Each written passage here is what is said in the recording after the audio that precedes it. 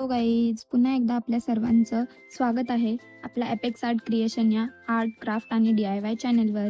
आज मी एकदम वेगळं असं काहीतरी ट्राय केले. नेहमीच आपण काही ना काही DIY करत असतो, पण आज मी स्वतःच अशी एक गोष्ट बनवायची ठरवली. कशी होईल, एंड रिझल्ट कसा असेल हे मलाच माहीत नव्हतं. रिझल्ट तर हा असा खूप सुंदर आला, पण हे बनवण्यासाठी काय काय कसं कसं केलं, किती वेळ लागला, काय काय मटेरियल लागलं, हे सगळं बघणार आहोत आजच्या या व्हिडिओमध्ये. चला तर मग. माझ्याकडे पोस्टर कलर्स, ॲक्रायलिक कलर्सच्या अशा रिकाम्या बॉटल्स होत्या. त्यांना मी क्लीन करून घेतलं. कलर्स इझिली निघत नव्हते. मी त्या बॉटल्स 2-3 दिवस पाण्यात भिजवून ठेवल्या. त्यानंतर क्लिनिंग ब्रशने सगळं प्रॉपर साफ करून घेतल्या. परत 2 दिवस पाण्यामध्ये ठेवल्या आणि पूर्ण साफ झाल्यानंतर मी काहीतरी करायचं ठरवलं. आधी मी बॉटलवर पेंट करणार होते, पण काचेच्या बॉटल्स असल्यामुळे मी त्या तशाच ट्रान्सपरंट ठेवायच्या ठरवल्या, जेणेकरून कोणत्या बॉटलमध्ये काय ठेवलंय हे शोधायला मला झाकण उघडून चेक करायची गरज लागणार नाही. खूप डोकं लावल्यानंतर झाकण डेकोरेट करायचं ठरवलं, म्हणजे 2 in 1, डेकोरेटिव्हही आणि ऑर्गनायझरही. सगळ्या बॉटल्स आणि झाकण क्लीन करून घेतल्यानंतर शिल्पकार अशी मोल्ड क्ले घेतली, जी की कोणत्याही स्टेशनरी शॉपमध्ये किंवा ऑनलाईन इझिली अवेलेबल असते. दोन्ही मोल्ड क्लेला असं एकत्र मिक्स करून घेतलं, पण क्ले मिक्स करताना घ्यायची काळजी म्हणजे थोडी थोडी करून मिक्स करा, कारण ही लगेच ड्राय होते आणि एकदा की ड्राय झाली तर तिला आपण शेप देऊ शकत नाही, ती पूर्ण दगड बनून जाते. जेवढी क्वांटिटी लागेल तशी तशी मिक्स करत जायचं. आणि जर का आपण एकत्र पूर्ण मिक्स केलीच तर ती प्रॉपर अशी प्लास्टिक कवरमध्ये गुंडाळून ठेवायची, जेणेकरून ती कडक नाही झाली पाहिजे. ॲक्च्युली माझ्याकडे बीड्सचा रॉ मटेरियलचा खूप पसारा झाला होता. ऑर्गनाईज करायला घेतलं तर कशात काय ठेवू काहीच सुचेना.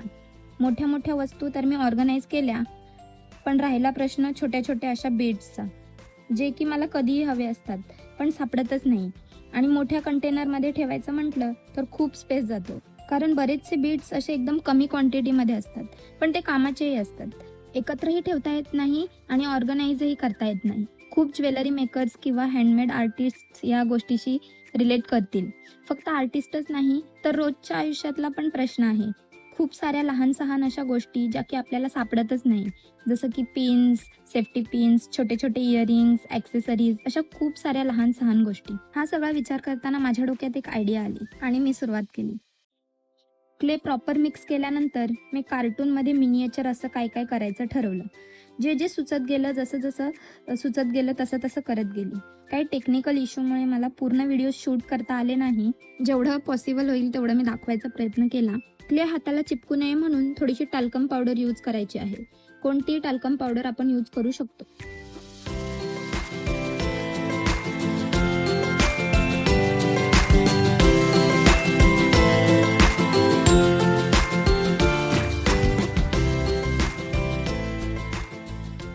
हे दिसत जरी क्यूट आणि सोपं असलं तरी यासाठी खूप पेशन्स ठेवावे लागतील, कारण या पूर्ण प्रोसेसमध्ये माझे 5-6 दिवस गेले. कारण यात गॅप घेऊन काम करावं लागतं.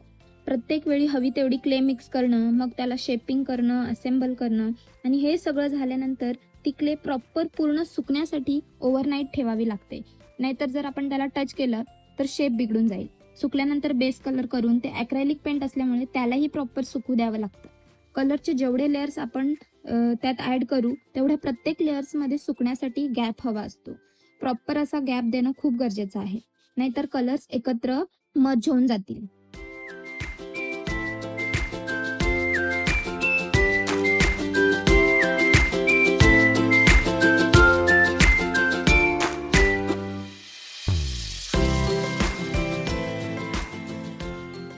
मी क्लेचा पूर्ण बॉक्स घेतला होता, त्यामुळे हे स्कल्पचरिंग टूल्स मला फ्री भेटले होते. तुम्ही कशाने याच्यावर टेक्स्चर देऊ शकता.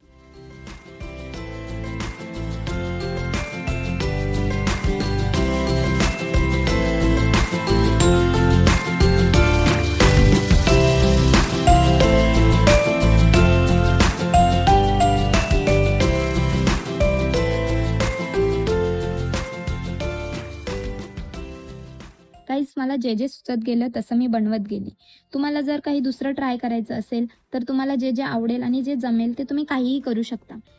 जसं की फ्लावर्स, फ्रूट्स, दुसरे कोणतेही कार्टून्स किंवा कोणत्याही शेपमध्ये आपण त्याला डिझाईन करू शकतो. आणि बॉटल ऐवजी तुम्ही कोणतेही कंटेनर्स घेऊ शकता, जसं की आपल्याकडे प्लास्टिक बॉटल्स किंवा काही चटणीच्या, सॉसच्या बॉटल्स असतात, त्याही आपण यूज करू शकतो.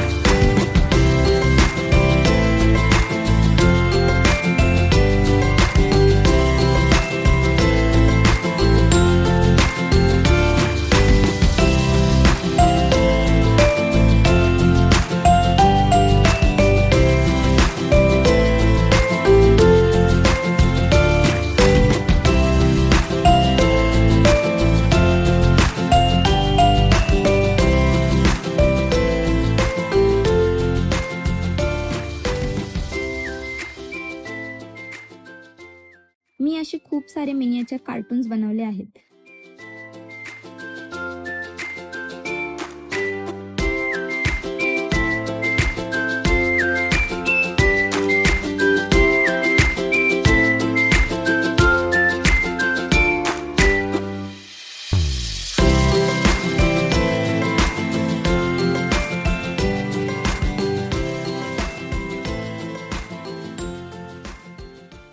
आता यांना मी कसं पेंट केलं, किती लेयर्स दिले आणि पूर्ण सुकल्यानंतर फायनल रिझल्ट कसा आला, हे आपण पुढच्या पार्टमध्ये बघूयात. त्यासाठी पुढचा पार्ट नक्की बघा आणि मला कमेंट करून नक्की सांगा. चॅनलला लाईक करा, शेअर करा, सबस्क्राईब करा. थँक्यू.